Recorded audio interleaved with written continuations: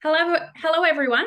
As we all know, Spark Festival is coming to a close, finishing up tomorrow.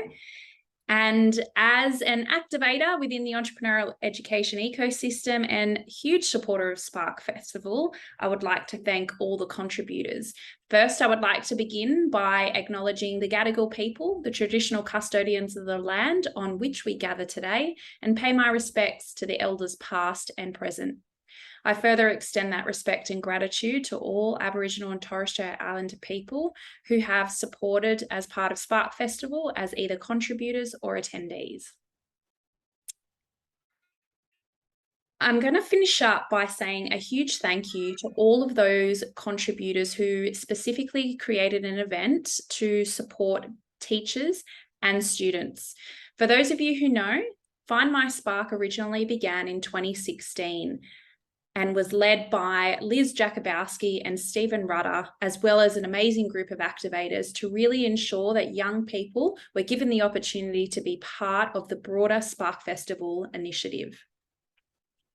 This year in 2022, I would like to thank the following contributors who have put together an amazing set of events.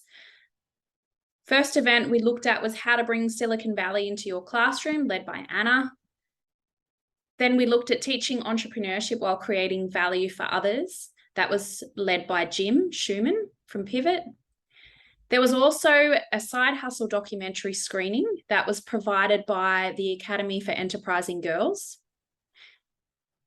In the Sutherland Shire in New South Wales, we had the Sutherland Shire Council and ANSTO, who has delivered a Bright Sparks event to look at a youth design challenge and issues within the area.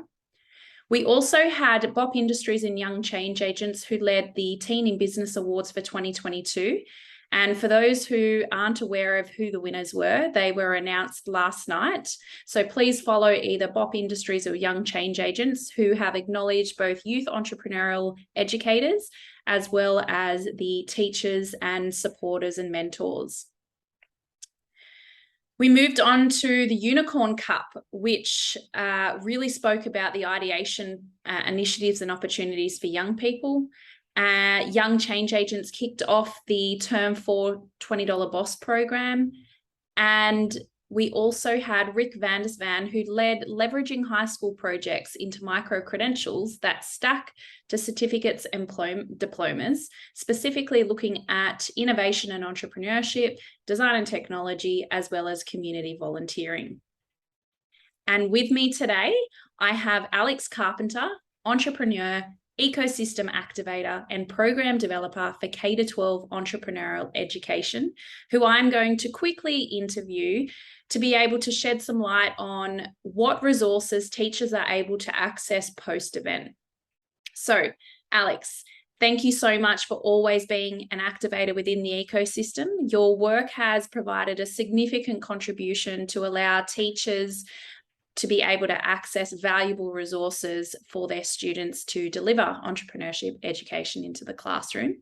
So I wanted to talk specifically in this last couple of minutes about the Guild of Entrepreneurs, the bigger picture of what it is. Like Spark Festival, we know that it involves a whole range of actors within the ecosystem. So I'd like to hear a little bit about that. And from the Guild Library, how that then transfers into an opportunity for K-12 educators. For sure. Thanks for having me, Liz. And it's very exciting to be part of the closing bit of Spark Festival for another year. So yeah, I'm the person that gave the initial nudge to the snowball that we now call the Guild of Entrepreneurs. But we're a decentralized community on a mission to ensure that every entrepreneur is supported. So what that really means is that we can't possibly do it ourselves. Like there's no way that the Guild could be what it is if it was just a me thing. It's all about empowering and supporting people to contribute. And so that's what the Guild is about, to support every entrepreneur. But then very early on, because my background is as an educator, it was the question of, well, how are we helping the people that are going to be teaching the next generation of entrepreneurs? What support can we provide them? And what does that look like? And so that became the K-12 Guild Library, which is basically a division of the larger Guild Library. And that's got all sorts of stuff, whether it's videos, books, lessons, lesson plans, podcasts. It's all been put in there for specifically K-12 entrepreneurial education. So a lot of it's categorized for teachers or primary school or secondary school, but really anything that should be in there, we try and add it in to be as useful as possible. Great. Thanks so much for that explanation. And what an exciting opportunity it is for educators to be part of not only a curated community and have access to specialized resources useful to within the classroom, but also an opportunity to be part of the wider Guild community. I have a huge question. How did this library come about? Who's been contributing to it? And what call to action would you have for other educators who may have something to contribute that they have that's open source and available that they would like to share?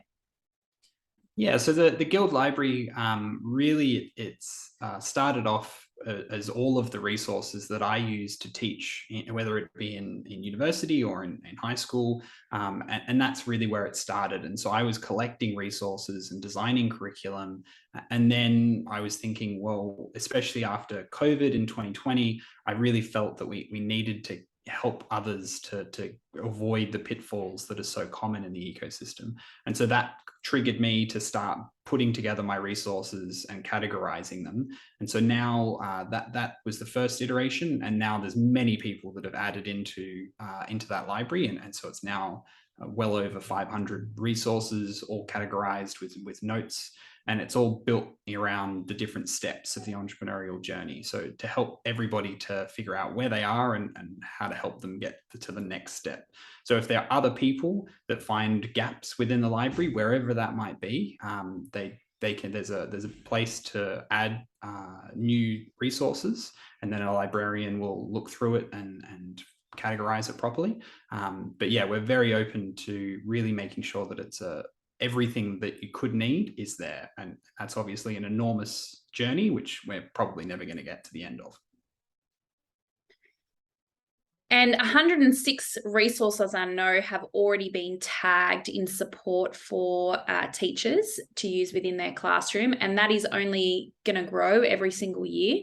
So I also encourage anyone who wants to contribute to not only go onto the Guild Library and contribute your resources, get in touch with either Alex or myself to have a conversation, because we're certainly looking to grow this space, and hopefully next year at Spark Festival we can potentially double in numbers. I know that's going to be a big commitment.